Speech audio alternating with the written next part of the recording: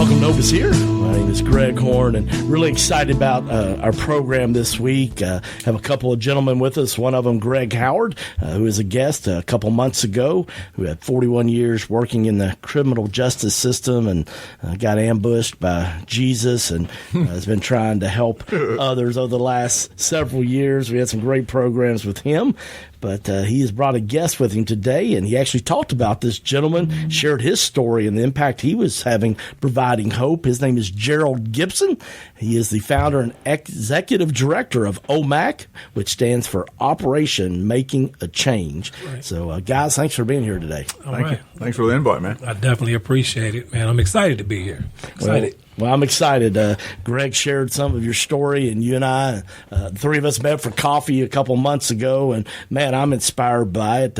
You started OMAC. Obviously, you wanted to make a change to provide hope by investing in the lives of youth here in Lexington to help promote change in their lives. Yes, Gerald, by just helping them to understand the impact of their daily decisions, which even as adults, we need to be reminded of that. That's right. But share a little bit about your background. I mean, you speak about this in personal experience. What was it like growing up in a child for you in Illinois? Man, growing up, man, as a child, it was a very unstable environment. My father, I didn't have him in my life, but there was another gentleman that stepped in, so he became my stepfather. But growing up, man, it was pretty rough. I grew up in poverty. Mom was receiving government assistance, and that's something that we had to rely on as far as income.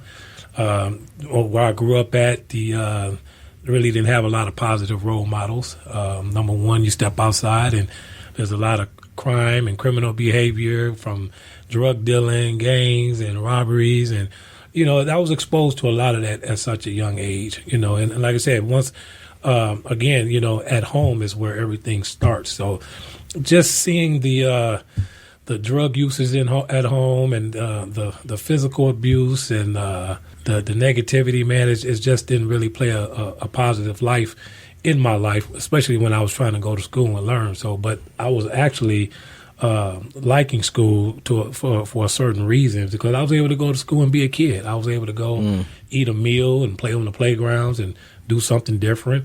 It was kind of scary growing up. Like I said, you never knew what to expect going home because of a lot of negativity that was going on at home.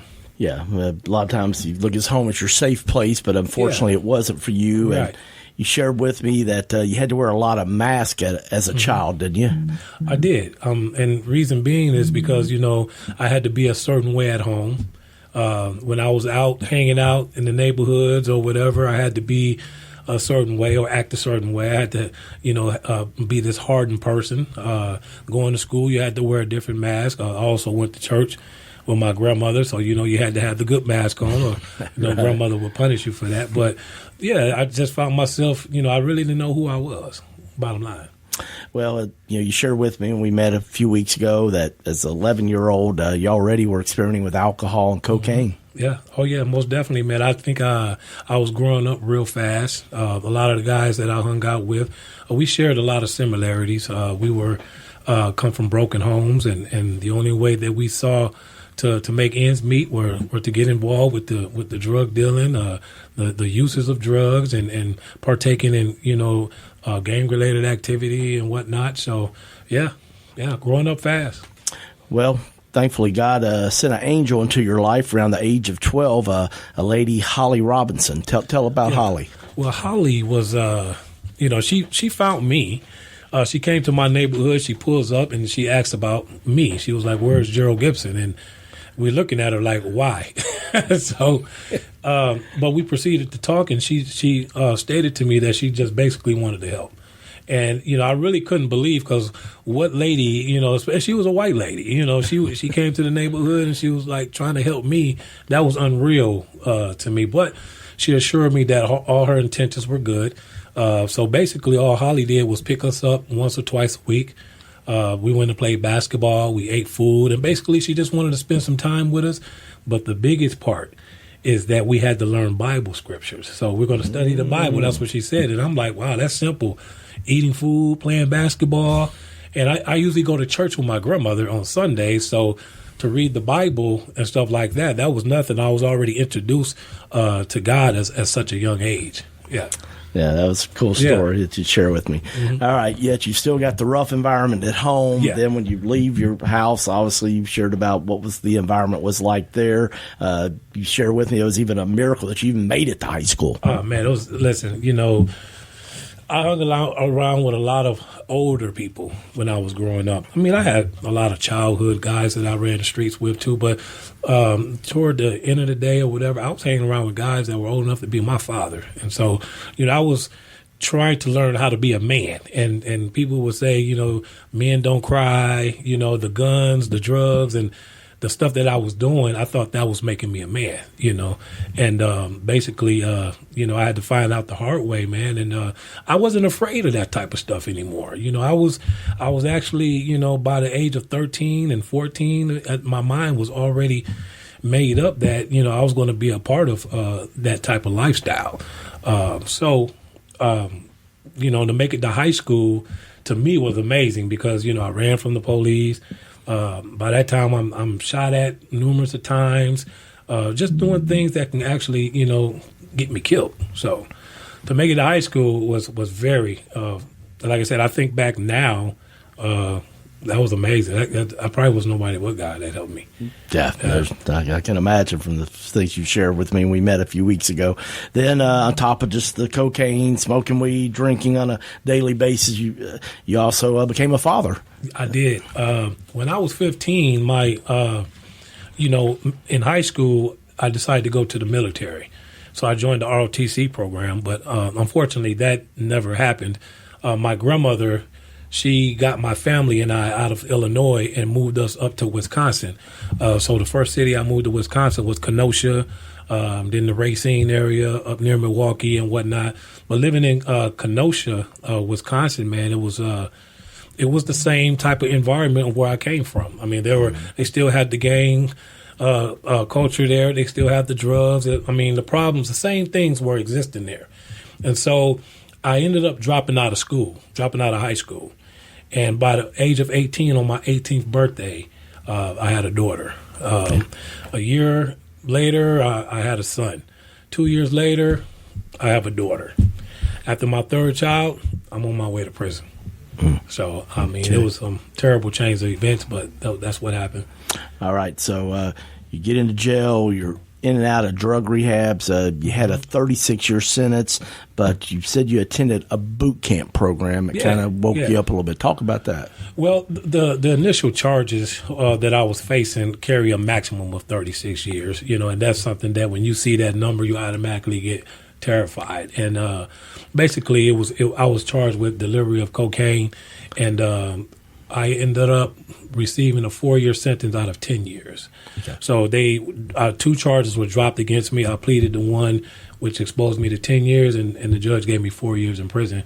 And instead of me going to a regular prison, there was an option that was on the table for me. You can either go to boot camp or you can go serve out your 4 years. So me, of course, I want to go home. So I went to the boot camp program 6.5 months and up near Minnesota and Wisconsin, on the border of Wisconsin and Minnesota. Completed that, came home, everything was good, got a job, got a relationship back with my family. But where I fell short at is I kept going back to visit my old neighborhoods, my old friends and stuff like that. And basically I wanted to stay relevant with them. Because when you're involved in the streets, you feel a sense of connection with everybody, and that you don't want to lose that connection. Not only that, you just, what they call it, you just want to keep it real, and not show people that just because you're changing doesn't mean you're going to be different. You're not going to forget about anybody. So my mistake was going back constantly, and I ended up slipping backwards and violated my parole, ended up going back to prison for 2.5 years. I did that sentence and got out, and unfortunately went back again for violation of parole, so for 3 years. So if you look at the pattern, I was in and out. It became a revolving door for me. Had a lot of underlying issues. It wasn't just the gang activity. It was, like I said, it was the substance abuse that kept me falling short. It was decision making. I didn't know how to be a father to my children. I never really seen healthy relationships growing up. I did on TV. You know, you will watch. Let's see, you got Good Times, you got the Brady Bunch, you got different little shows, and their problem was always solved in 30 minutes. And God, I wish that I had that, but unfortunately, that's not what it was. Well, talk about how things changed when you just prayed one day about wanting to be a different man. Listen, man, this is amazing to me right here. It was 1999, December the 31st. I'm sitting in prison for the third time. And they said the world was going to end in 2000, Y2K, wherever it is. I remember that. And so imagine a room full of criminals, tough guys, but now they're sitting around like wondering, like scared, like if the world's really going to end.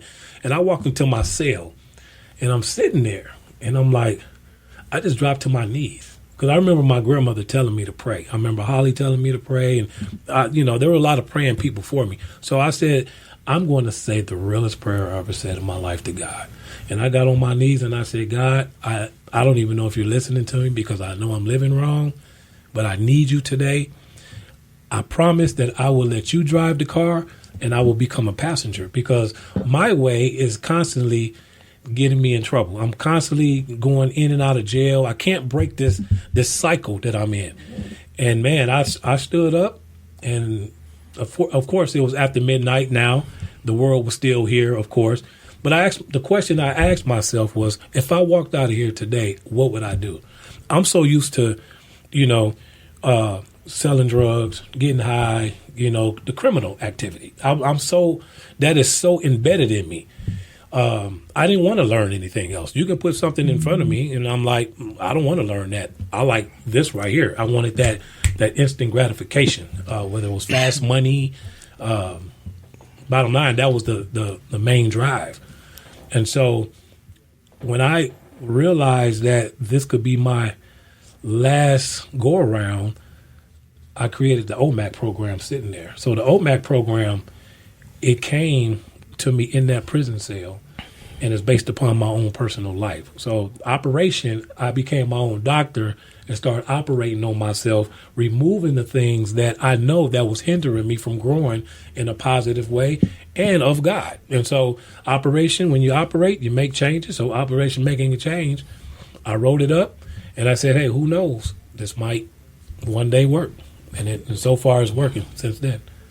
Well, I love that. I remember the game Operation as a kid that we had where you take the little pieces out. Everyone loved Operation. Yeah, absolutely. But how long did it take you to write that, put that together while you were in prison? I would say a couple of hours. I put it down. I revisited it. I still had a couple more years left to sit in prison. Sure. As I got closer of getting out, I was afraid. I was afraid of failing. I was afraid of, I don't want to go back. And I made this big promise to my children, my family, and not only that, but the God, God Almighty himself. And I just didn't want to fail. And I was afraid of that, man. But, I walked out of there with my head up, with my mind made up. Instead of me running from the people that was trying to help me, I got involved with them.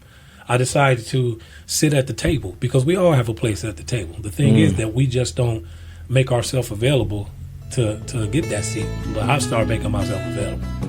All right. Well, man, I hope you're going to join us tomorrow because we're going to continue talking with Gerald Gibson. You've heard about this program he put together while he was in prison called OMAC, Operation Making a Change, and it's having a big influence here in Central Kentucky. So I hope you'll invite somebody else to join us tomorrow as we continue our conversation with Gerald Gibson on Hope is Here.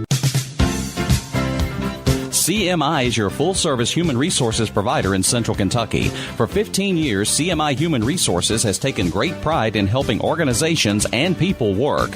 Whether it's employee handbooks or help in filling a position, no job is too large or too small for CMI. Contact the professionals today at CMI Human Resources, 859-296-2800, or online at cmiconsulting.com.